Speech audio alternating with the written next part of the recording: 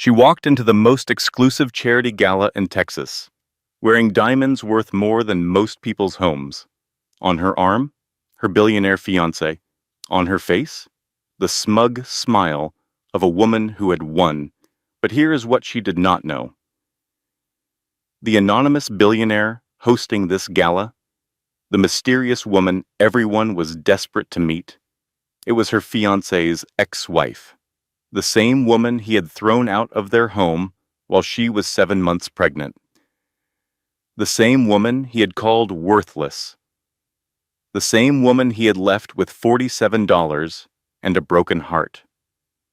5 years ago, Caroline Mitchell lost everything. Her husband, her money, her home, her baby. Tonight she owns his company. She owns his debt. She owns his future. And he just walked straight into her trap. What you are about to witness is not just a story of revenge. It is a masterclass in patience, a blueprint for rising from the ashes, a warning to every person who has ever underestimated a woman with nothing left to lose. Caroline did not just survive. She did not just recover.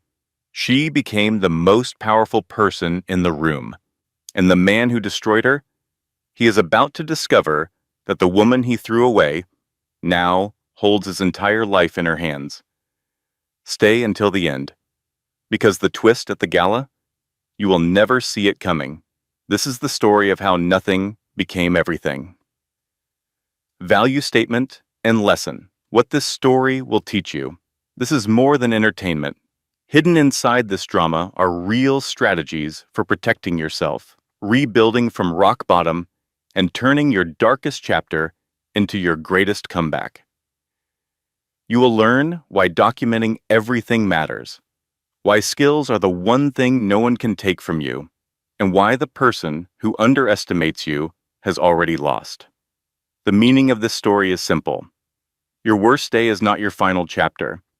It is just the fire that forges you into something stronger. The people who break you do not get to decide who you become. You do. They say revenge is a dish best served cold. But in Austin, Texas, revenge is served with champagne, 1,000 witnesses, and a smile that could cut glass. Caroline Mitchell stood backstage at the Summit, the most exclusive charity gala in the state. Her hands trembled slightly as she smoothed the fabric of her elegant black gown. Through a gap in the velvet curtains, she could see them. Her ex-husband, Derek, looking as arrogant as ever in his designer tuxedo, and clinging to his arm like a designer accessory, Vanessa Cole, the woman who had destroyed her marriage, the woman who was now wearing the engagement ring that should have been a family heirloom. 5 years. It had taken 5 years of planning, sacrifice, and silent rebuilding to reach this moment. 5 years since Derek had left her pregnant and homeless. 5 years since he had told her she was nothing. Caroline took a deep breath and whispered to herself, "Tonight, he is going to find out exactly what nothing can build." But to understand the woman standing in the shadows, you need to understand the girl she used to be. The girl who believed in love. The girl who trusted too easily. The girl who had to be completely destroyed before she could rise. This is that story. 5 years earlier, Caroline Mitchell was decorating a nursery in a 12,000 square foot mansion in the hills of Austin. She was 7 months pregnant, glowing with that particular kind of happiness that comes from believing your life is exactly where it should be. The nursery was painted a soft sage green. She had chosen every detail herself. The white wooden crib with its hand-stitched blankets. The rocking chair by the window, where she imagined nursing her baby, while watching the sunset over the Texas hills. The bookshelf, already filled with children's classics, she could not wait to read aloud. Caroline hummed softly as she arranged stuffed animals on a shelf. At 34 years old, she had everything she had ever dreamed of. A beautiful home, a successful husband, a baby on the way. She had come so far from the tiny apartment in rural Oklahoma, where she had grown up, counting pennies, and dreaming of something more. Her phone buzzed. She smiled when she saw her best friend Elena's name on the screen. "Girl," Elena said without preamble, "I need your advice. Ricardo wants to add a third location for the restaurant, but the loan terms are crazy." "What do you think?" Caroline laughed. Elena Rodriguez had been her closest friend since they met at a community college business class 15 years ago. While Caroline had become a high school math teacher, Elena had built a small empire of Tex-Mex restaurants through sheer determination and the best enchiladas in Austin. "Send me the numbers," Caroline said. "I will look them over tonight. You are too good to me, mija." "How is my godchild cooking in there?" Caroline rubbed her belly. "Active. I think we have a soccer player." Elena paused. "Hey, I know this is random, but my mama always told me something. Always keep a bank account in your own name. Your husband does not need to know about your just-in-case money." Caroline laughed. "Derek and I share everything. We do not have secrets." "Honey," Elena replied with a snort, "my husband of 20 years still does not know I hate his mother's enchiladas. Everyone has secrets." They chatted for a few more minutes before Caroline hung up. She looked around the nursery, feeling a wave of contentment wash over her. Tomorrow was her 10th wedding anniversary. She had planned a surprise dinner at Derek's office. She would bring the picnic basket they had used on their first date, back when he was a broke engineering student, and she was working double shifts at a diner to pay for college. Those early years had been hard but beautiful. They had built Mitchell Technologies together, literally. Derek had written code in their garage, while Caroline graded papers at the kitchen table, her teaching salary paying the bills until the company took off. She had believed in him when no one else did, and now look at them. The company was worth $200 million. They had more money than Caroline had ever imagined possible. But she still clipped coupons sometimes, a habit from her childhood that she could not quite shake. Derek teased her about it. He said it was cute, the way she still thought like a small-town teacher. Caroline did not know it yet, but those words, small-town teacher, would haunt her. She did not know that her husband had been saying far worse things about her behind closed doors. She did not know that while she decorated their baby's nursery, Derek was planning to destroy her life.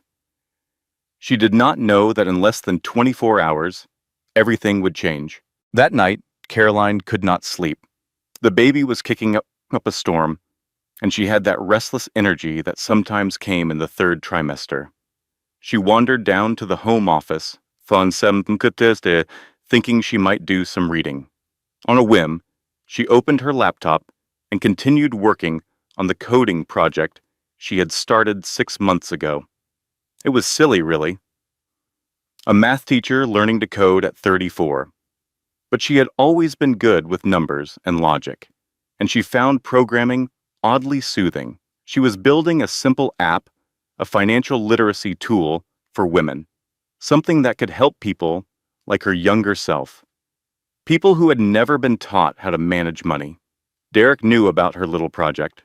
He thought it was cute that she was keeping herself busy. He had patted her on the head like she was a child playing with blocks. "Focus on the baby, sweetheart," he had said. "Leave the tech stuff to me." Caroline had smiled and nodded. But late at night, when Derek was asleep, she kept coding. She kept learning. She kept building. She did not know yet that this silly hobby would one day save her life. The next morning dawned bright and clear. Caroline spent hours preparing for the anniversary surprise. She packed the wicker picnic basket with all of Derek's favorites. Brisket sandwiches from the place they used to go when they were dating, homemade pecan pie, a bottle of the cheap wine they had toasted with on their wedding night before they could afford the fancy stuff.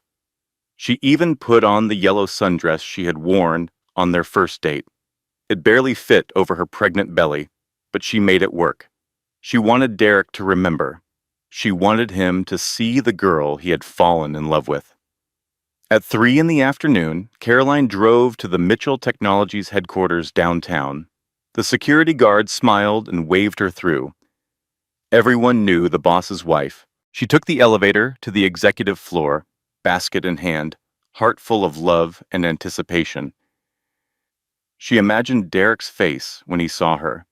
He had been working late so often recently, stressed about the new product launch. This would remind him what really mattered. The executive floor was quiet. Most of the staff had gone home early for the weekend. Caroline walked down the hallway toward Derek's corner office, her heels clicking softly on the marble floor. She heard sounds before she reached the door. Strange sounds, rhythmic sounds. Her steps slowed. Her heart began to pound. The door to Derek's office was slightly ajar. Through the gap, Caroline could see his massive mahogany desk. The desk where they had signed their first $1 million contract together. The desk where Derek kept a framed photo of their wedding day. She pushed the door open. The picnic basket fell from her hands. The wine bottle shattered. The cheap red liquid spread across the white marble like blood. Derek was there, and so was Vanessa Cole, the company's vice president of marketing. They were tangled together on the desk, next to the wedding photo, and they did not even stop when the glass broke. For a moment, Caroline could not breathe, could not think, could not process what her eyes were seeing. This was not real. This was a nightmare. She would wake up any second. But she did not wake up. Derek finally looked up. His expression cycled through surprise, annoyance, and then something cold, something calculating. "Carrie," he said, his voice irritated rather than ashamed. "What are you doing here? You are supposed to be at your doctor's appointment." That was what he said. Not, "I am sorry." Not, "This is not what it looks like." Just annoyance that she had caught him. Just irritation that she had interrupted. Vanessa smirked from behind him, not even bothering to cover herself. She looked at Caroline's pregnant belly, at the yellow sundress stretched tight, at the picnic basket and the spreading wine, and she smiled like a cat who had caught a very fat mouse. Caroline backed away. She could not speak, could not scream, could not do anything but retreat, her hands shaking, her vision blurring with tears. She drove home in a daze. She did not remember the route. She did not remember parking the car. She only remembered collapsing on the nursery floor, surrounded by stuffed animals and picture books, sobbing until she could not breathe. And then the pain started. Sharp, sudden, wrong.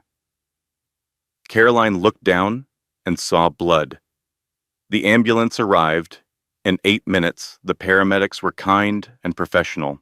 They kept telling her to breathe, to stay calm, that everything would be okay. But nothing was okay. Nothing would ever be okay again. At the hospital, Caroline was rushed into emergency care. The doctor spoke in urgent, clipped tones. Placental abruption. Stress-induced. The baby was in distress. For 6 hours, Caroline fought for her child's life. Flaunted. She called Derek 17 times. He did not answer. Finally, mercifully, the crisis passed. The baby stabilized. Caroline would need to stay on bed rest for the remainder of her pregnancy, but her son would survive. She was lying in the hospital bed, exhausted and hollow, when Derek finally walked through the door. He was wearing a fresh suit. His hair was perfectly styled. He did not look like a man who had spent 6 hours worried about his wife and child. He looked like a man who had come from a business dinner, and he was carrying a manila envelope. "Carrie," Derek said, sitting down in the chair beside her bed. His voice was calm. "Rehearsed. We need to talk. Caroline stared at him. Where were you? I almost lost the baby. I called you 17 times. Derek waved his hand dismissively. I was in meetings. You know how it is, he paused. But that is actually what I wanted to discuss. He placed the manila envelope on her lap. Divorce papers. Caroline's world stopped spinning. I have been thinking about this for months, Derek continued, as if he were discussing a quarterly report. You are not the same girl I married. You have gotten comfortable. Vanessa understands my world. You never did. You are still that small-town teacher who clips coupons. I need a partner, not a dependent. Caroline could not speak. She was still hooked up to monitors, still bleeding, still fighting for the life of her unborn child. Derek, she whispered, I am having your baby. Right now. I almost died. Derek checked his watch. An actual watch check, like she was boring him. The lawyers will be in touch, he said, standing up. I will let you keep the nursery furniture. And then he walked out. He left her there, in a hospital bed, alone, holding divorce papers, and fighting to keep their child alive. Caroline did not cry. She was beyond tears.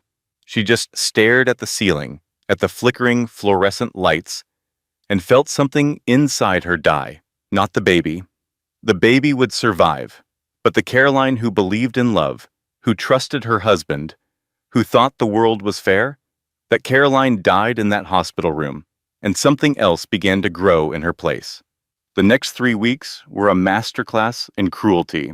Derek's lawyers were sharks. They came from the most expensive firm in Texas, the kind of lawyers who had never lost a case because they did not fight fair. They descended on Caroline's life like locusts, stripping away everything she had ever known. First came the financial freeze. Caroline discovered it at a pharmacy, trying to fill a prescription for prenatal vitamins. Her credit card was declined, then her debit card, then the backup card she kept for emergencies. I am sorry, the pharmacist said, looking embarrassed. All your accounts show frozen. Caroline called the bank. The accounts, all of them, had been locked by court order pending the divorce proceedings. Derek's lawyers had convinced a judge that Caroline was a flight risk, that she might take money and run. She had $47 in her wallet. That was all. She drove home in a daze, already strategizing. She would call Elena. She would figure something out. She always figured something out. But when she pulled up to the mansion, the gates were locked. A security guard she did not recognize stood at the entrance. Behind him, she could see workers changing the locks on the front door. I am sorry, Mrs. Mitchell, the guard said, not meeting her eyes. Mr. Mitchell says you do not live here anymore. What are you talking about? This is my home. I decorated every room in that house. I am just following orders, ma'am. Caroline got out of her car and walked toward the mansion. 2 more security guards appeared, blocking her path.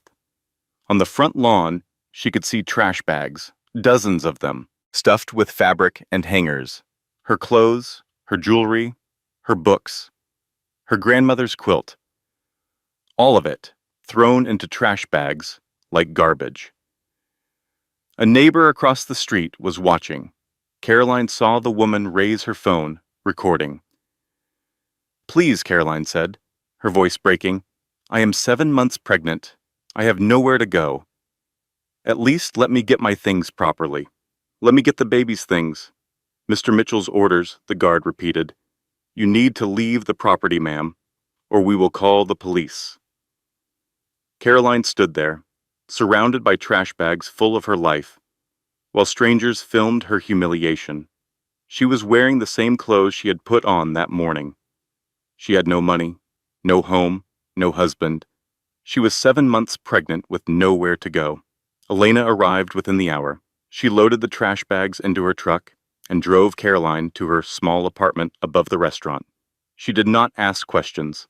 She just held her friend and let her cry. The video went viral within 24 hours. Tech CEO's pregnant wife thrown out like trash. That was the headline. Carolyn watched it spread across social media, watched strangers dissect her appearance, her outfit, her pregnant belly.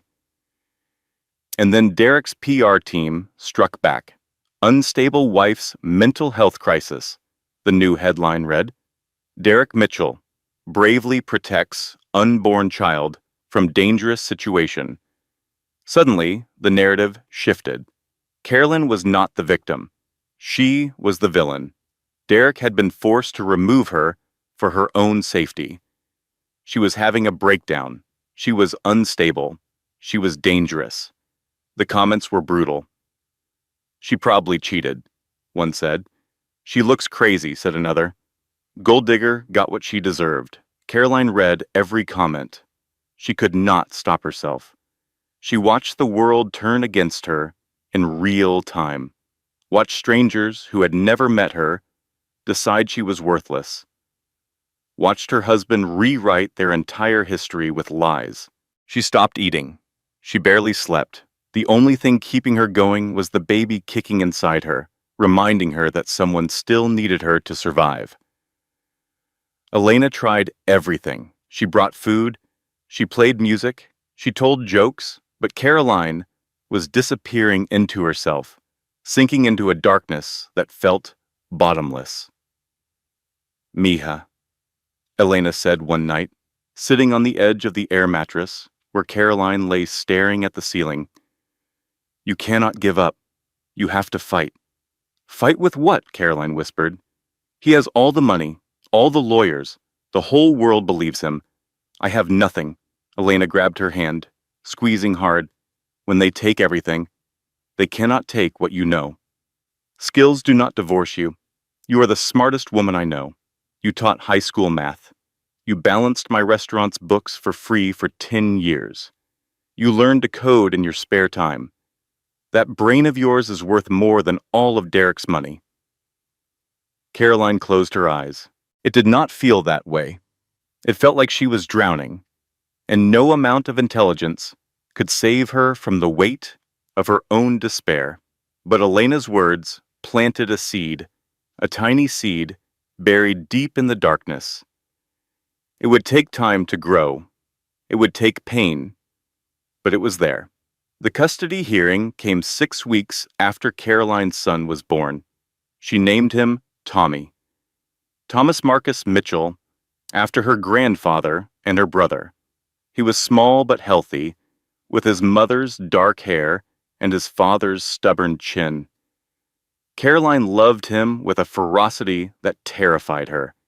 She would do anything for this child, anything, but in the courtroom, love was not enough. Derek's lawyers painted a devastating picture. They showed the viral video and called it evidence of instability. They brought in a psychologist who had never met Caroline, but was willing to testify that her behavior suggested mental illness. They pointed to her living situation, a tiny apartment above a restaurant, as proof she could not provide a stable home. And they brought up her coding. The wife was spending nights obsessively working on computer programs, the lawyer said, his voice dripping with false concern. Neglecting her marriage, neglecting her responsibilities. This obsessive behavior is consistent with someone experiencing a psychological break. Caroline wanted to scream. She wanted to stand up and tell the truth. She wanted to explain that she had learned to code because she wanted to help other women, that she had worked on her project at night because Derek was never home anyway, that she had been a devoted wife for 10 years while he built his empire on her sacrifices. But her public defender, an overworked man with a stained tie, who clearly wished he was anywhere else, told her to stay calm, to not make a scene, to trust the process. She trusted the process. The process destroyed her. Derek took the stand with tears in his eyes. Fake tears, Caroline knew, but the judge did not. I just want what is best for our child, Derek said, his voice breaking. Carrie needs help. I am willing to pay for a facility. I love her. I always will. but she is not well, and I cannot let her hurt our son." Caroline's lawyer barely cross-examined him. The case was over before it began. The judge's ruling was swift and brutal. Derek received the mansion, the cars, and 90% of the marital assets. He also received primary custody of Tommy. Caroline was granted supervised visitation twice a month. She was ordered to undergo a mental health evaluation before any custody modification could be considered. "Your Honor," Caroline said, her voice shaking, "you are giving my baby to the man who left me in a hospital, the man who threw me out of my home. I am his mother. I love him. I would never hurt him." The judge looked at her with cold eyes. "The court sees a stable home and an unstable mother," she said. "That is the reality, Mrs. Mitchell." Next case. Carolyn watched as a social worker took Tommy from her arms. He was 3 months old. He did not understand why his mother was crying. He did not understand why she was not coming with him. "Mama loves you," Carolyn whispered, kissing his forehead. "Mama will always love you. I will find a way back to you. I promise." She watched them carry her baby out of the courtroom, and something inside her shifted. The sadness was still there, the grief, the despair, but beneath it all, something harder was forming, something sharp and cold and patient. Derek had taken everything from her, her marriage, her money, her home, her child. He thought she was broken. He thought she was finished. He had no idea what he had created. 6 months later, Caroline sat in a conference room in downtown Austin across from 3 venture capitalists in expensive suits. Her heart was pounding, but her hands were steady. She had practiced this pitch 500 times. "Phoenix Financial," she said, clicking to the first slide of her presentation, "a mobile platform that helps women protect themselves financially during divorce.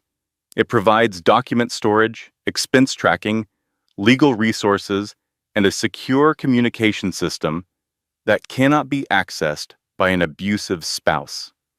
The VCs leaned forward. They were interested. The app was her baby now. Not the hobby Derek had mocked, but a fully developed product that had taken 6 months of sleepless nights to complete. She had coded it herself, every line. She had tested it with women at domestic violence shelters. She had refined it based on their feedback. And it worked. It worked beautifully. "The market is vast," Caroline continued. 50% of marriages end in divorce. In 80% of those cases, one spouse has significantly more financial power than the other. These women need tools to protect themselves. Phoenix gives them those tools. The lead VC, a silver-haired man named Richard, nodded slowly. "The numbers are impressive," he said. "The concept is solid. But I need to ask about your background. You were a teacher, correct? No tech experience?" Caroline smiled. "That was true," she said, "until I built this app myself over the past 2 years. I taught myself to code because I needed to solve a problem. That is what teachers do. We learn, we adapt, and we never give up on our students, or in this case, on the women who need this product." Richard exchanged glances with his partners. They whispered among themselves. "We would like to offer you seed funding," Richard said finally. $2 million for a 15% stake. "Congratulations, Mrs. Mitchell. You have a deal." Caroline wanted to cry. She wanted to scream with joy. She wanted to call Elena and dance around the tiny apartment they still shared. Instead, she shook hands professionally, thanked them for their time, and walked out of the building with her head held high. She made it all the way to her car before she broke down, sobbing. It was happening. She was climbing out of the pit Derek had thrown her into. She would get Tommy back. She would rebuild her life. She would prove everyone wrong. But revenge was not part of the plan. Not yet. Right now, all Caroline wanted was her son. She scheduled a meeting with her lawyer the next day. With funding secured, She could afford better representation. She could petition to reopen the custody case. She could show the court that she was stable, successful, and ready to be a mother. Everything was falling into place. Until it wasn't. The meeting was supposed to be at a downtown law firm. But when Caroline arrived, the receptionist looked confused. "I am sorry," the woman said. "There must be some mistake.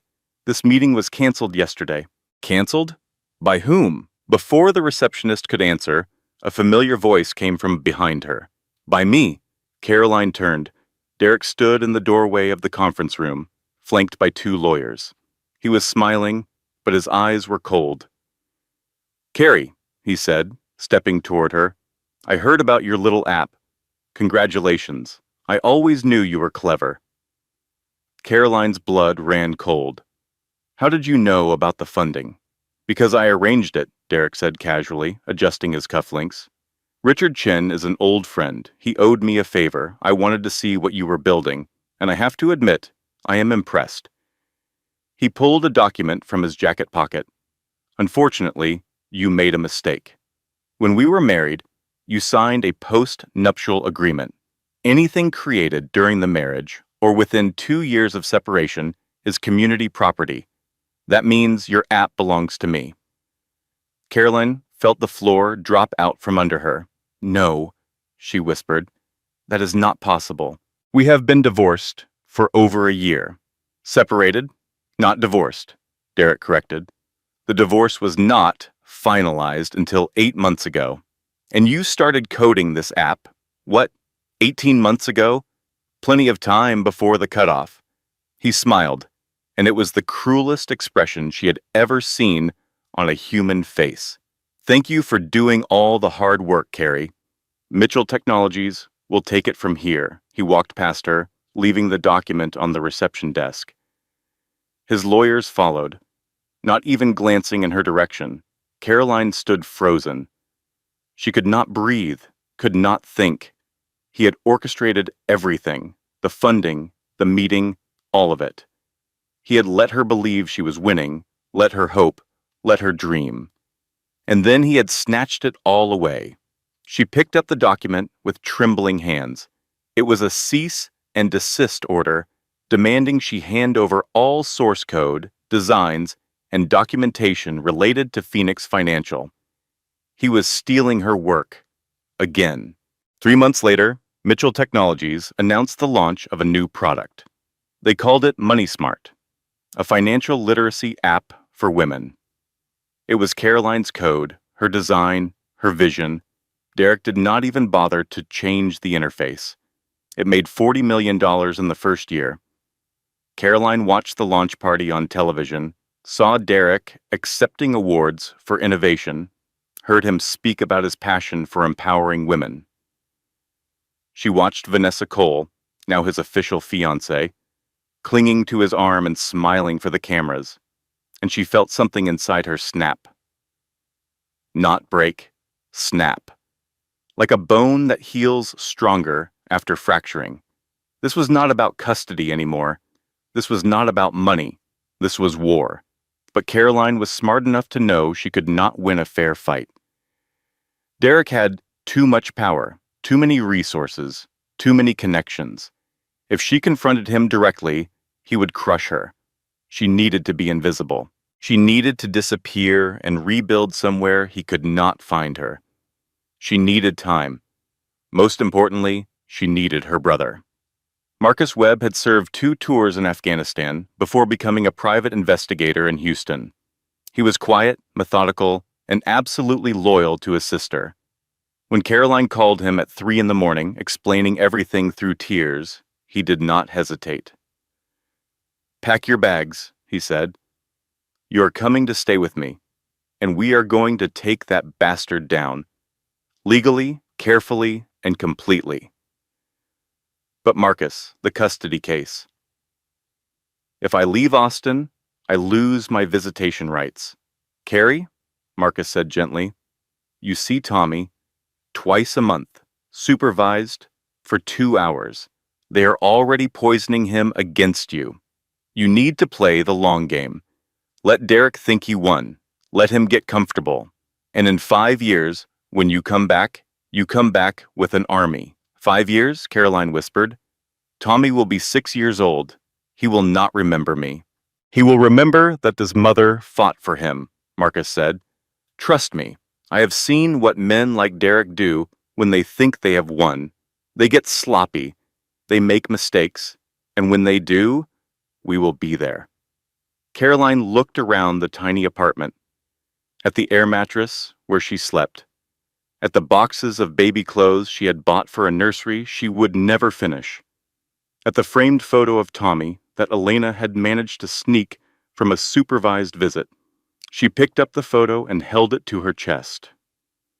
5 years, she said, and then I am taking everything back. California was a different world. Caroline moved to San Francisco under a new name, Caroline Abbott, a common enough surname that it would never raise suspicion. She rented a small apartment in the Mission District, found a job at a startup as a junior developer, and began the slow, methodical process of rebuilding. The work was grueling. At 35, Caroline was older than most of her coworkers by a decade. She worked twice as hard to prove herself, staying late every night, learning every new framework and language she could get her hands on. Her managers noticed. Within a year, she was promoted to senior developer. Within 2 years, she was leading her own team. But her real work happened after hours. Every night, after her official job was done, Caroline returned home and continued building. Not Phoenix Financial. Derek had stolen that code, but the knowledge was still in her head. She created something new, something bigger, something better. She called it Artemis. Where Phoenix had been a simple financial protection tool, Artemis was an ecosystem. It used artificial intelligence to analyze financial abuse patterns. It connected users with legal resources, shelters, and support groups. It provided secure document storage that was encrypted so thoroughly that even a court order could not access it without the user's permission. And it was free. Caroline had no intention of profiting from other women's pain. She would fund Artemis through corporate partnerships, through grants, through her own growing savings. But the core product would always be free for the women who needed it most. Marcus helped from Houston. He spent his free time digging into Mitchell Technologies, building a dossier on Derek's business practices. And there was plenty to find. The offshore accounts were just the beginning. Derek had been playing fast and loose with investor money for years. He had falsified earnings reports, manipulated stock prices, and engaged in insider trading. He had built his empire on fraud. And then there was Vanessa. She is bad news, Marcus reported during one of their weekly phone calls. I have been tracking her finances. She is siphoning money from Mitchell Tech into personal accounts. Small amounts, but they are adding up. My guess? She is planning an exit strategy. So she is not loyal to him, Caroline mused. She is loyal to herself, Marcus said. She was using Derek from the beginning. The question is, what she is planning. Caroline filed that information away. Vanessa Cole was not her friend, but enemies of enemies had their uses. 3 years into her California exile, Caroline's startup was acquired by a tech giant. Her stock options were worth $12 million. It was more money than she had ever dreamed of. She quit the next day. For the next 2 years, Caroline devoted herself entirely to Artemis. She hired a small team of developers, all women, many of whom had experienced financial abuse themselves. She worked 18-hour days, refining the product, testing it, preparing for launch, and she started buying. Through a shell company Marcus had helped her create, Caroline began acquiring stock in Mitchell Technologies. Small purchases at first, nothing that would raise red flags. But over time, the holdings grew 5%, 10%, 15%. Derek had no idea. He was too busy attending galas with Vanessa too busy being celebrated by the tech community, too busy believing he was invincible. Meanwhile, Caroline was becoming a ghost. She avoided photographs, she declined interviews. When Artemis launched and became an immediate success, she let her COO handle the publicity. Caroline Abbott was a name on incorporation documents, nothing more. The tech press was fascinated by the mystery. Who was the anonymous billionaire behind Artemis? Who was funding this revolutionary platform? Speculation ran wild, but no one connected the dots. No one looked at the quiet, mousy ex-wife of Derek Mitchell and saw a threat. That was exactly how Caroline wanted it. On Tommy's 5th birthday, Caroline sat alone in her San Francisco apartment looking at a photograph. It was the only picture she had of her son after infancy, taken by Marcus during a surveillance operation outside Tommy's school. The boy in the photo looked sad. He was standing apart from other children, clutching a backpack that looked too expensive for a kindergartner. A nanny stood nearby, scrolling on her phone, not paying attention. Derek had not even shown up for his own son's birthday party the year before, Marcus had told her. Vanessa had hired an event planner and then spent the whole party on her phone. Tommy had cried when he blew out the candles. "One more year," Caroline whispered to the photograph. "One more year, and I am coming for you." She had everything in place now. The money, the leverage, the evidence. All she needed was the right moment. That moment arrived 6 months later, in the form of a heavy cream envelope sealed with black wax, an invitation to the summit, Austin's most exclusive charity gala. But Caroline was not receiving the invitation. She was sending it, because Caroline Abbott did not just own Artemis. She owned the building where the summit was held. She owned the catering company. She owned the security firm. And as of that morning, she owned 51% of Mitchell Technologies' debt. She picked up the phone and dialed Marcus. "Send the guest list," she said.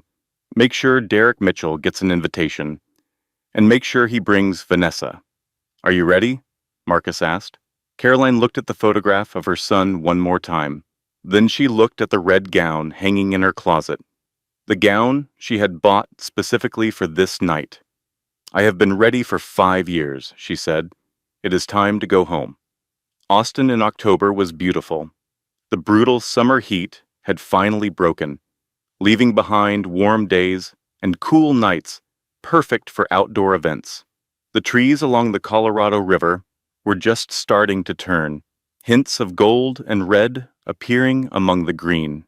Caroline stood at the window of her hotel suite, looking out at the city skyline. Somewhere out there, her son was waking up for school.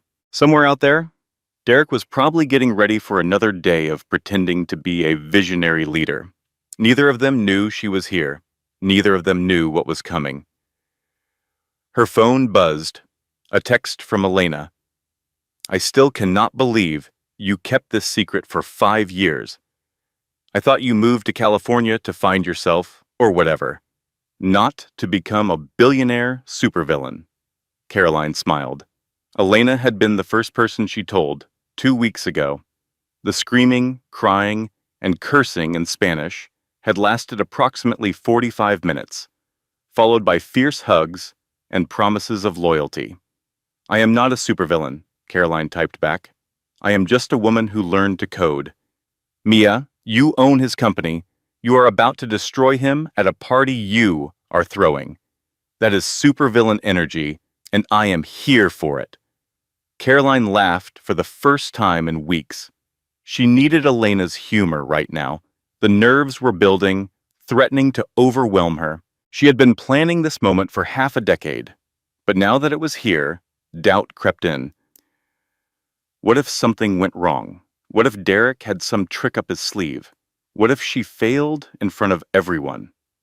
A knock at the door interrupted her thoughts. It was Marcus, carrying a tablet and a thick folder. "Final briefing," he said. "All business. The gala starts in 8 hours. Security is in place. The audio-visual team has tested the presentation 3 times. The FBI contact is confirmed. FBI? Caroline asked, raising an eyebrow.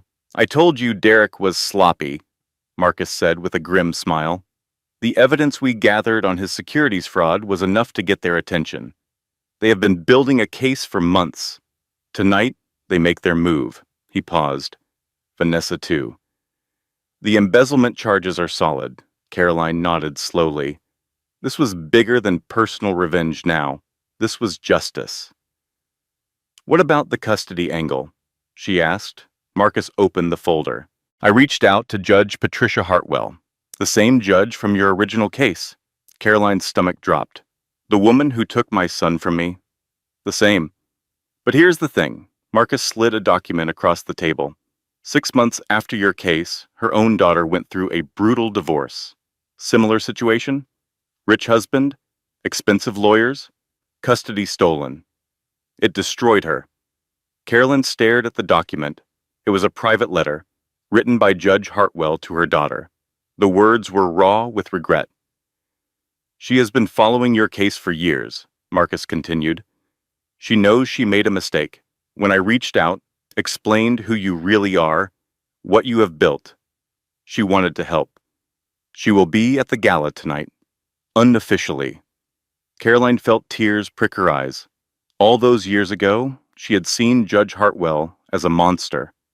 Cold, heartless, just another person in the system that had failed her, but she was also a mother. A mother who had learned, too late, what it felt like to be powerless. There is one more thing, Marcus said.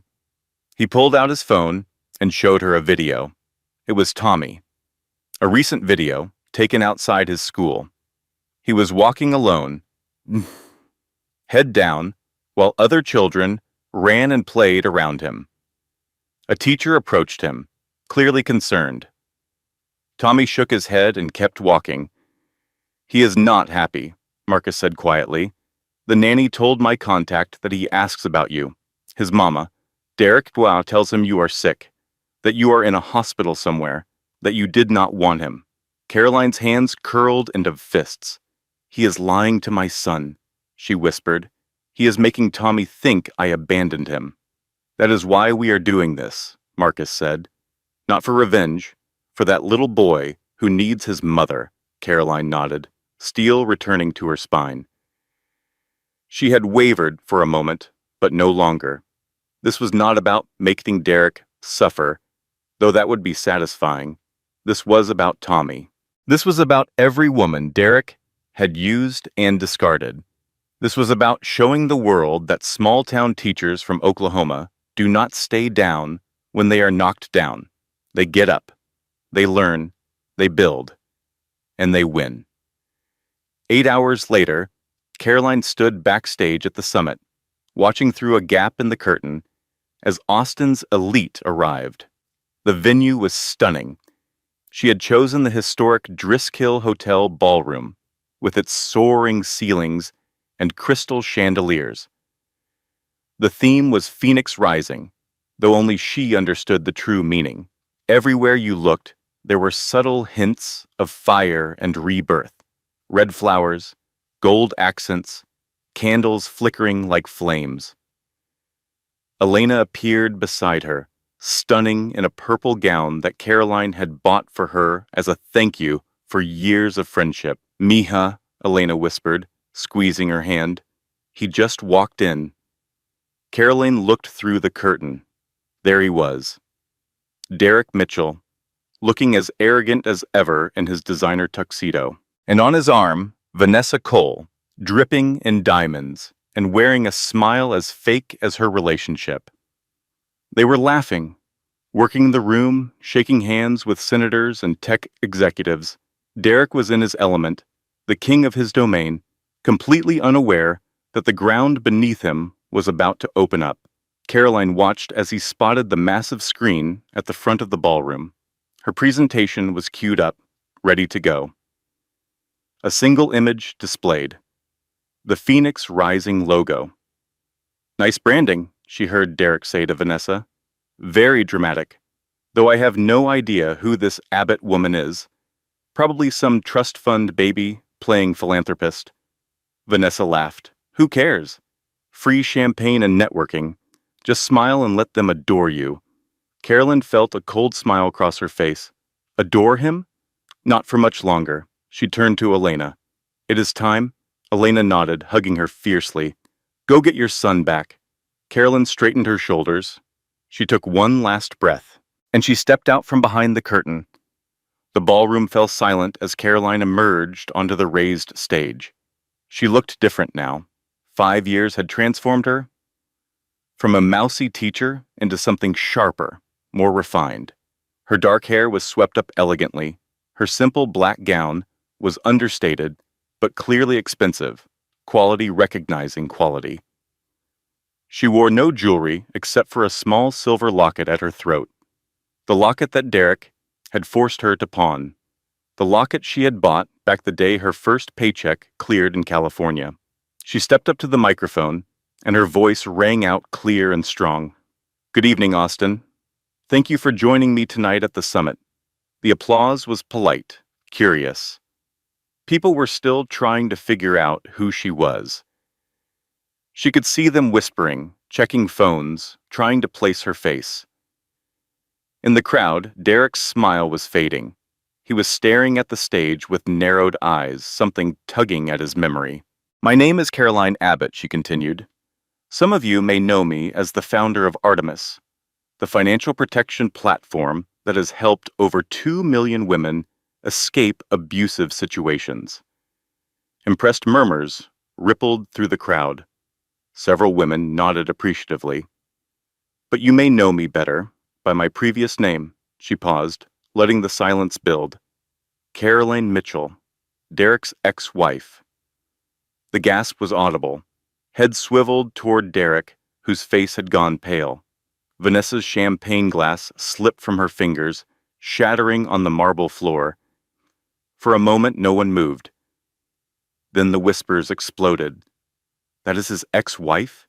She founded Artemis? She's the anonymous billionaire? Caroline let them process. She watched Derek's face cycle through shock, confusion, and the first hints of fear. 5 years ago, she said, her voice steady, I was 7 months pregnant when I discovered my husband was having an affair. He served me with divorce papers while I was in the hospital, fighting for my baby's life. He threw me out of our home. He froze my accounts. He took custody of my son, and he stole my work, rebranding it as his own product. The crowd had gone completely silent now. Every eye was on Derek, who looked like a man watching his own funeral. I could have given up, Caroline continued. I had every reason to, but I had a son who needed me, and I had something Derek never understood. She leaned into the microphone. I had skills, I had determination, and I had time. The screen behind her lit up with documents, bank statements, wire transfers, stock certificates. Over the past 5 years, I have quietly acquired controlling interest in Mitchell Technologies' debt. As of this morning, I own 51%, which means technically I own the company. Derek's face went from pale to gray. But it gets worse, Caroline continued. For him anyway. New documents appeared, financial records, falsified earnings reports, evidence of securities fraud that would be clear to anyone with basic accounting knowledge. These are internal documents from Mitchell Technologies, showing a pattern of fraud dating back 7 years, falsified earnings, manipulated stock prices, embezzlement. She let that word hang in the air. And speaking of embezzlement, the screen changed to show bank transfers, Vanessa's bank transfers. Someone in this room has been quietly siphoning $3.2 million from Mitchell Technologies into personal accounts. Would you like to tell them, Vanessa? Or should I? All eyes turned to Vanessa Cole. She was backing toward the exit, her face twisted with panic. I don't know what you're talking about, Vanessa stammered. This is insane. Derek, tell them she's crazy. But Derek was not looking at her. He was looking at the evidence on the screen, his empire crumbling in real time. The doors at the back of the ballroom opened. Two men in dark suits walked in, followed by four more. They moved with the quiet efficiency of federal agents who knew exactly where they were going. Derek Mitchell, one of them said. Vanessa Cole, you are both under arrest for securities fraud, embezzlement, and tax evasion.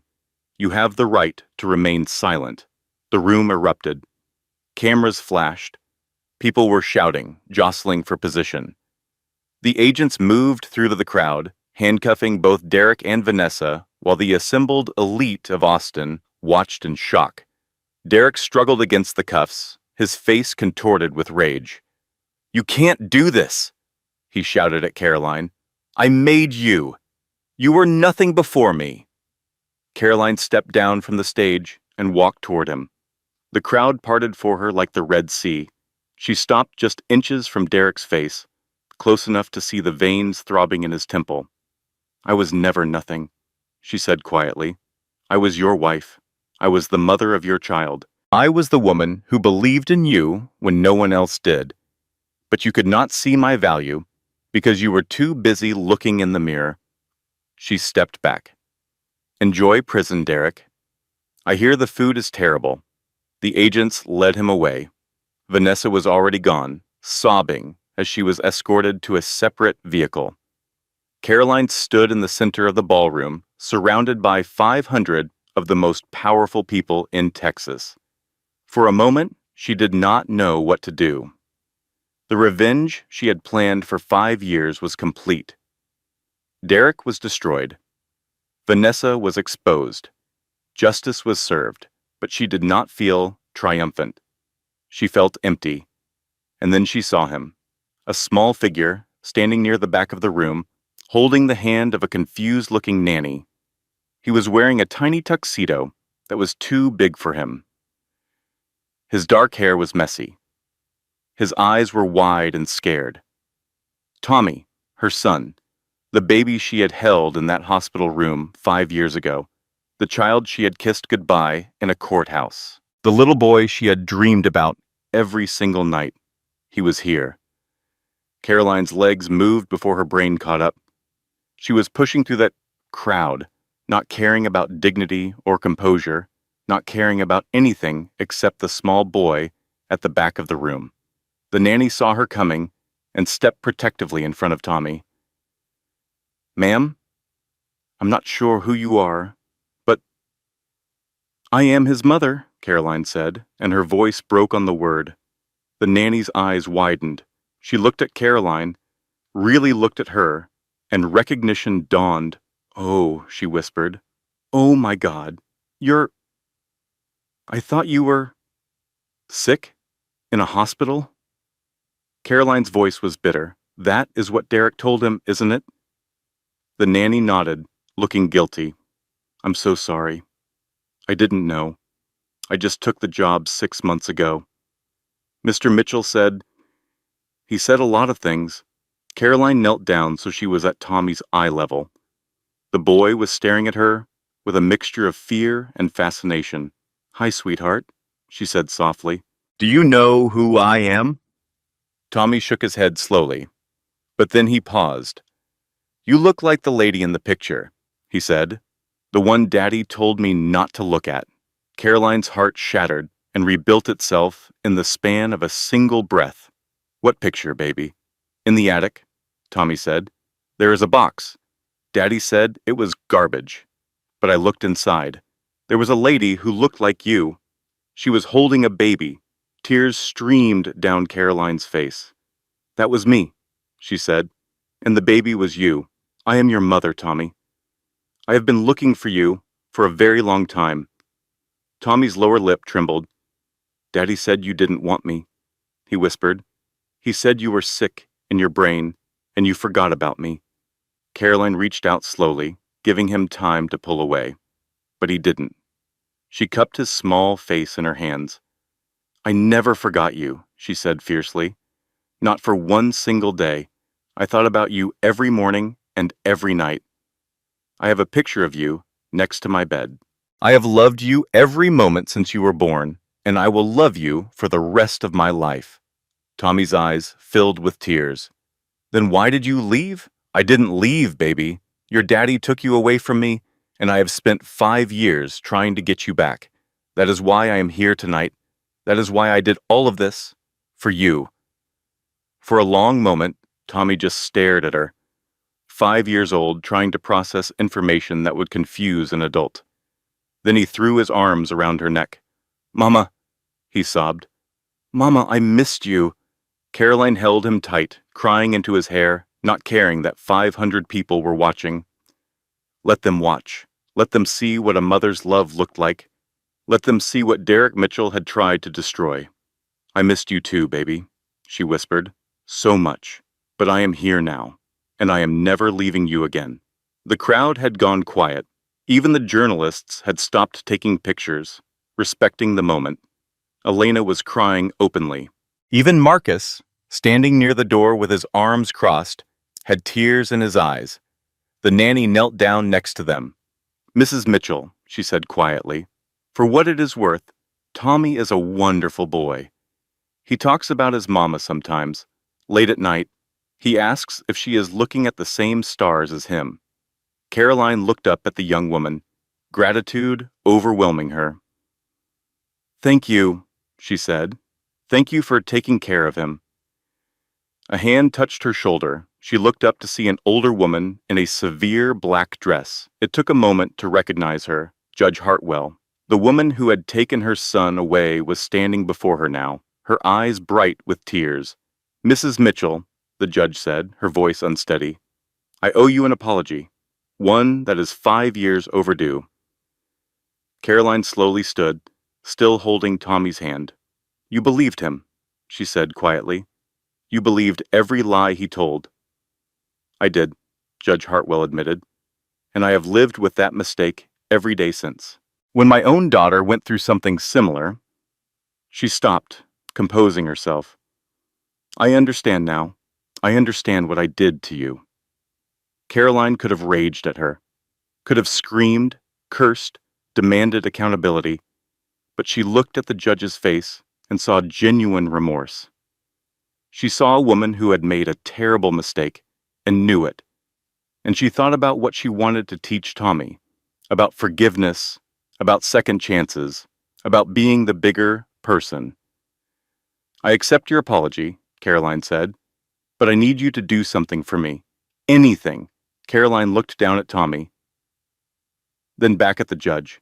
I need you to fix it. Officially. I need custody of my son returned to me. And I need it to happen fast, before Derek's lawyers can interfere. Judge Hartwell nodded immediately. I will file an emergency motion first thing Monday morning, she said. Given the circumstances, given the arrests, it should be straightforward. But Mrs. Mitchell, there is something else. She reached into her purse and pulled out a document. I had this prepared in case tonight went as planned. It is a formal acknowledgement of judicial error in your original custody case. It will go in the public record. Everyone will know what happened to you. And everyone will know it was wrong. Carolyn took the document with trembling hands. 5 years of injustice, officially acknowledged. 5 years of pain, validated. Thank you, she whispered. Judge Hartwell squeezed her hand. Thank you, she said, for showing me that it is never too late to do the right thing. As the judge walked away, Carolyn looked around the ballroom. The crowd was starting to disperse, the drama of the evening finally winding down.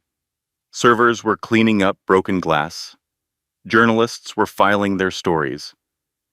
The powerful elite of Austin were heading home with quite a tale to tell. But Caroline had no interest in any of them. She had what she wanted. She knelt back down to Tommy's level. Hey, buddy, she said. Are you hungry? My friend Elena makes the best enchiladas in all of Texas. Want to go get some? Tommy's face lit up with the first real smile she had seen from him. With real cheese? So much cheese, Caroline promised. And ice cream after. And maybe some churros if you're really good. Tommy grabbed her hand with both of his. Let's go, Mama. Caroline stood, her son's hand clasped firmly in hers. Elena appeared beside her, mascara streaming down her face. Mija! She sobbed, pulling Caroline into a hug. You did it. You actually did it. We did it, Caroline corrected. I could not have done any of this without you. Elena looked down at Tommy and immediately dropped to her knees. And you must be my godson, she said, switching instantly to her warm abuela voice. I have been waiting 5 years to meet you, mijo. Your mama talks about you all the time. Tommy looked up at Caroline. Who is she?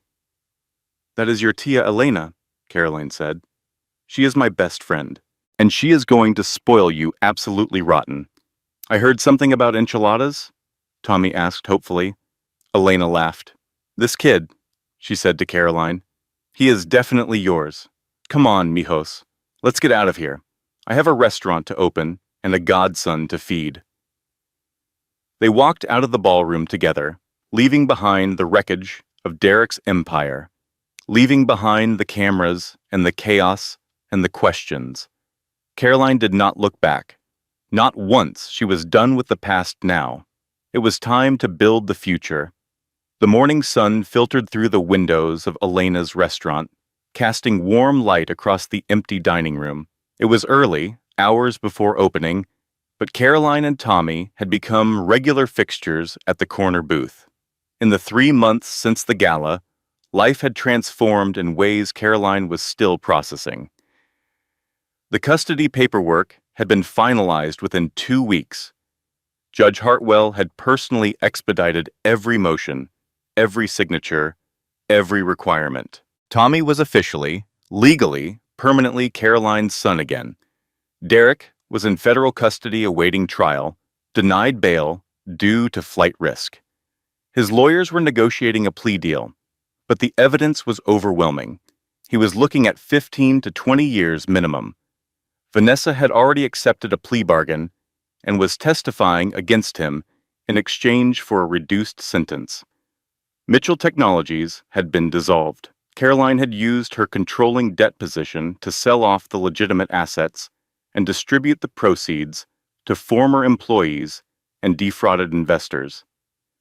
The company that had been built on her sacrifices no longer existed, and the app that Derek had stolen, the original Phoenix Code, Caroline had released it as open source software, freely available to anyone who wanted to use it or improve it. She did not want money from it. She wanted it to help people. Artemis was thriving under the leadership of her COO. Caroline had stepped back from daily operations, content to guide from a distance, while she focused on what really mattered: being a mother. Mama, Tommy said through a mouthful of breakfast taco, why are there so many people outside? Caroline looked through the window. A small crowd of reporters was gathered on the sidewalk, kept at bay by the restaurant's no soliciting policy. They want to talk to me about what happened, she explained, but I do not want to talk to them right now. I would rather have breakfast with you. Tommy considered this. Are you famous? Caroline laughed. A little bit, I guess. Does that bother you? Tommy shrugged, with the magnificent indifference of a 5-year-old. As long as you are still my mama, I do not care. Caroline reached across the table and squeezed his hand. I will always be your mama, she said, no matter what. Elena emerged from the kitchen, carrying a fresh pot of coffee and a plate of churro. Okay, mijos, she announced, settling into the booth beside Tommy. I have an announcement. I am closing the restaurant. What? Caroline stared at her. Elena, no. You love this place. I do love this place, Elena agreed. But I love it here, in Austin. And guess what? A certain anonymous billionaire just bought me a building on South Congress. Caroline grinned. I have no idea what you are talking about, mija. I saw the paperwork. You bought me a restaurant. I bought a building, Caroline corrected. What you do with it is up to you. Elena rolled her eyes, but she was smiling. Fine, I am opening Elena's South Congress. Bigger kitchen, outdoor patio, room for live music. And guess who is going to be my silent partner? I do not know anything about running a restaurant, Caroline said. You do not have to. You just have to show up for free chips and salsa whenever you want. Consider it payment for 5 years of friendship. Tommy tugged on Elena's sleeve. Tia Elena, can I have more churros? Mijo, Elena said seriously, you can have all the churros you want for the rest of your life. Your mama saved my restaurant. And more importantly, she came back to Texas, where she belongs. Carolyn felt tears prick her eyes. She had spent so long running, hiding, building in secret. She had forgotten what it felt like to be home. Speaking of belonging, Elena continued, there is something else we need to discuss. She pulled out her phone and showed Caroline a news article. The headline read, Mystery Billionaire Caroline Abbott named Texas Businesswoman of the Year. They want to give you an award, Elena said. Big ceremony, lots of press, the whole thing. And they want you to give a speech. Caroline groaned. I hate speeches. Too bad. You are good at them. And besides, think about all the women out there who need to hear your story. The ones going through what you went through. They need to know it is possible to come out the other side. Caroline looked at Tommy, who was happily destroying his third churro. What do you think, buddy? Should Mama give a speech? Tommy looked up. Chocolate smeared across his face. Will there be churros? Probably not. But there will be fancy people in fancy clothes. Tommy made a face. That sounds boring. But if it makes you happy, Mama, you should do it. Caroline laughed. When did you get so wise? I am 5, Tommy said seriously. I know everything, Elena snorted. He is definitely your kid. Caroline picked up her phone and looked at the article again. A year ago, she would have refused without a second thought. She had spent 5 years being invisible, avoiding attention, building in the shadows. But she was not that woman anymore. She had stepped into the light at the gala. She had claimed her name, her story, her truth. There was no going back. Fine, she said. I will give the speech. But I am bringing Tommy, and if he gets bored, we are leaving. Elena clapped her hands. That is my girl. Now, let's talk about what you are going to wear. I am thinking red. Very powerful. Very phoenix rising. Caroline shook her head, smiling. You know I am not actually a phoenix, right? Elena winked. Mija, you burned your whole life down and came back as a billionaire. If that is not phoenix behavior, I do not know what is. She had a point. The award ceremony was held in a grand ballroom in downtown Austin. Crystal chandeliers, white tablecloths, the kind of elegant restraint that cost more than most people's yearly salary. 500 guests in formal attire representing the best and brightest of Texas business. Caroline stood backstage, trying to calm her nerves. She was wearing a simple red gown, elegant but not ostentatious. Around her neck hung the silver locket, as always. Tommy was with Elena and Marcus in the front row, armed with a tablet full of games and strict instructions to behave. He had already charmed 3 state senators and a tech billionaire during the cocktail hour. You ready? Caroline turned to see her brother standing behind her, looking uncomfortable in his tuxedo. I think so, she said. How do I look? Like a woman who is about to change a lot of lives, Marcus said. I am proud of you, Carrie. Dad would have been proud too. Caroline's eyes welled up. Their father had died when she was 16, before she graduated high school, before she went to college, before any of this. He had been a good man who worked hard and dreamed big and never saw those dreams come true. But maybe, in a way, they were coming true now. The announcer's voice echoed through the ballroom. Ladies and gentlemen, please welcome the Texas Businesswoman of the Year, Caroline Abbott Mitchell. Caroline took a deep breath. She walked out onto the stage. The applause was thunderous. She could see Elena, crying in the front row, Tommy was waving enthusiastically. Marcus was beaming. She stepped up to the microphone and looked out at the sea of faces. "Thank you," she said. "Thank you all for this honor. But I want to be honest with you. I do not feel like a businesswoman of the year. I feel like a mother who did what she had to do to get her son back." The room went quiet. 6 years ago, I was decorating a nursery. I was 7 months pregnant. I was married to a man I thought I knew. And then, in one afternoon, my entire life collapsed. She told them the story, not the sanitized version, not the headlines, but the truth. The affair, the hospital, the divorce papers, the trash bags on the lawn, the courtroom where she lost her child.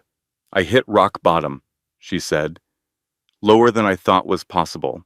I had $47 in my wallet and no idea how I was going to survive. But my best friend told me something that changed everything." She looked at Elena. She said, "When they take everything, they cannot take what you know. Skills do not divorce you." Elena was openly sobbing now. "So I learned," Caroline continued. "I taught myself to code. I built something from nothing. I failed, had it stolen, and built something better. I spent 5 years in the shadows, preparing, and then I came home." She paused, letting the silence build. "But here's the thing. I am not special. I am not uniquely talented, or brilliant or gifted. I am a high school math teacher from Oklahoma who learned to code on YouTube. If I can do this, anyone can." She looked directly into the camera that was live streaming the event. "To every woman watching who is going through what I went through, this is for you. Document everything. Screenshots, receipts, timestamps, save them somewhere he cannot find them. Your evidence is your power. Build skills that belong to you, that no one can take away. And remember that you are not alone. There are resources, organizations, people who will help you. Reach out, ask for help, and never, ever give up." She took a breath. "Someone told me once that I was nothing. That I was a burden, a dependent, a small-town teacher who did not understand the value of money." She smiled. "He was right about one thing. I did not understand the value of money because money is not valuable. People are valuable. Love is valuable. Justice is valuable. Money is just a tool, and tools are only as good as the hands that wield them." She looked at Tommy in the front row. "I did not build Artemis to get rich. I built it because I never wanted another woman to go through what I went through. I built it because I wanted my son to know that when someone beats you down, you do not stay down. You get up. You fight back, and you do not become them in the process." The applause started slowly, then built to a roar. People were standing, cameras were flashing, but Caroline barely noticed. She stepped away from the podium and walked off the stage. She walked straight to the front row, straight to her son. "Mama!" Tommy shouted, throwing his arms around her. "You were so good." Caroline held him tight, breathing in the scent of his hair. "I meant every word," she whispered. "I love you, Tommy. I love you too, Mama." Elena was crying. Marcus was pretending he had something in his eye. The crowd was still applauding, but it all faded into background noise. Because this was it. This was the moment. Not the revenge. Not the victory. Not the billions of dollars. This. Her son in her arms. Her family around her. A future stretching out ahead, full of possibility. Caroline Mitchell had burned to ashes and risen again. Not as a phoenix exactly, just as herself. A mother, a sister, a friend, a woman who refused to be defined by the worst thing that ever happened to her. She was home, and she was free. Epilogue. 6 months later, Oklahoma, in springtime, was beautiful. Caroline stood on the porch of her new house, watching Tommy play in the yard. It was not a mansion. Just a modest farmhouse on 20 acres of rolling hills, a tire swing hanging from an old oak tree, a vegetable garden that was mostly weeds because Caroline had never been good at gardening.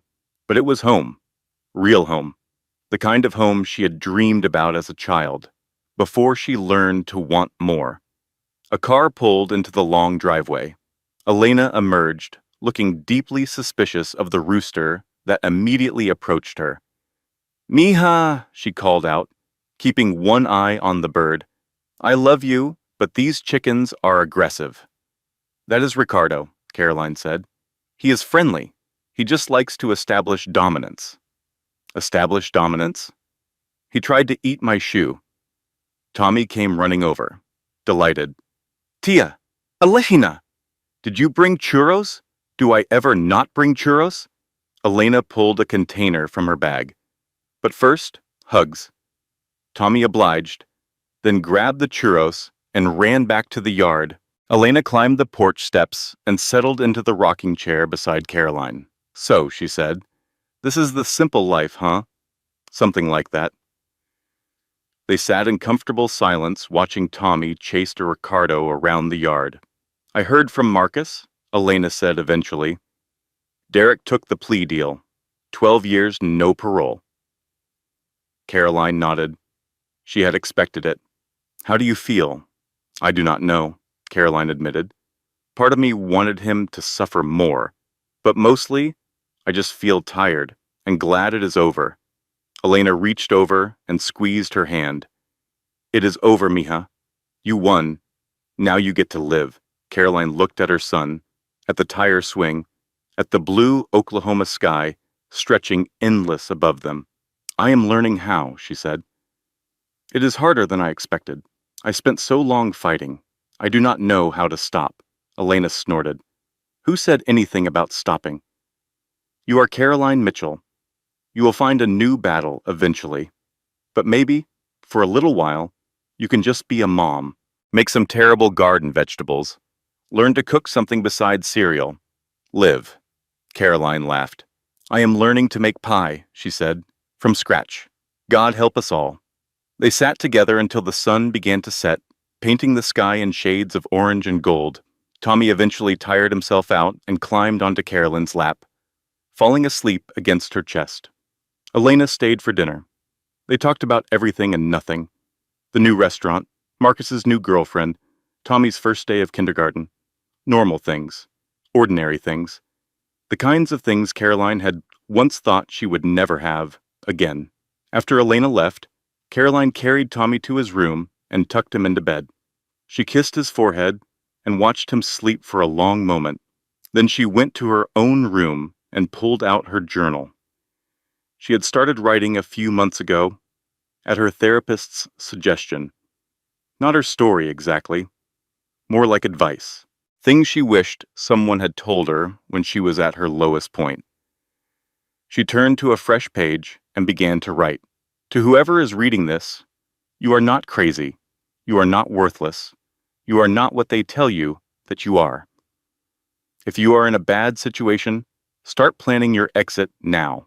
Quietly, carefully. Do not tell anyone you do not trust completely. Save money in an account they do not know about. Even $5 a week adds up. Document everything. Screenshots, photos, recordings if legal, in your state. Save them in the cloud, somewhere they cannot access. Build skills, learn something new, read books, watch videos, take free online classes. The knowledge in your head is the one thing they can never take from you. Find your people, even if it is just one person, someone who believes you, someone who will help. And remember, the worst day of your life is not the end of your story. It is just a chapter. You get to write what comes next. I know because I did it. I was broke, pregnant, and homeless. My own husband threw me away like garbage. And now, 6 years later, I am sitting in my own home. My son is asleep down the hall, and I am free. If I can do it, you can do it. You just have to start. Caroline closed the journal and looked out the window at the stars.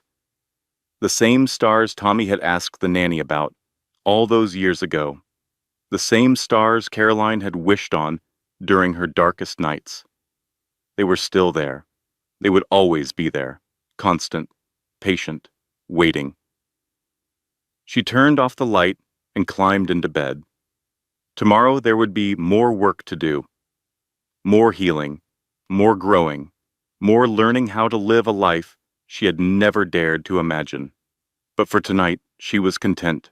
She was home, she had her son, she had her freedom, and that was more than enough. If you have ever felt invisible, overlooked, or thrown away by someone who should have loved you, this story is for you. Drop a comment below and tell me, what would you do if you were Caroline? Would you forgive, or would you make him pay? If this story moves you, hit that like button. It tells me you want more stories like this. Stories of women who refuse to stay down. And if you are new here, subscribe and tap that notification bell.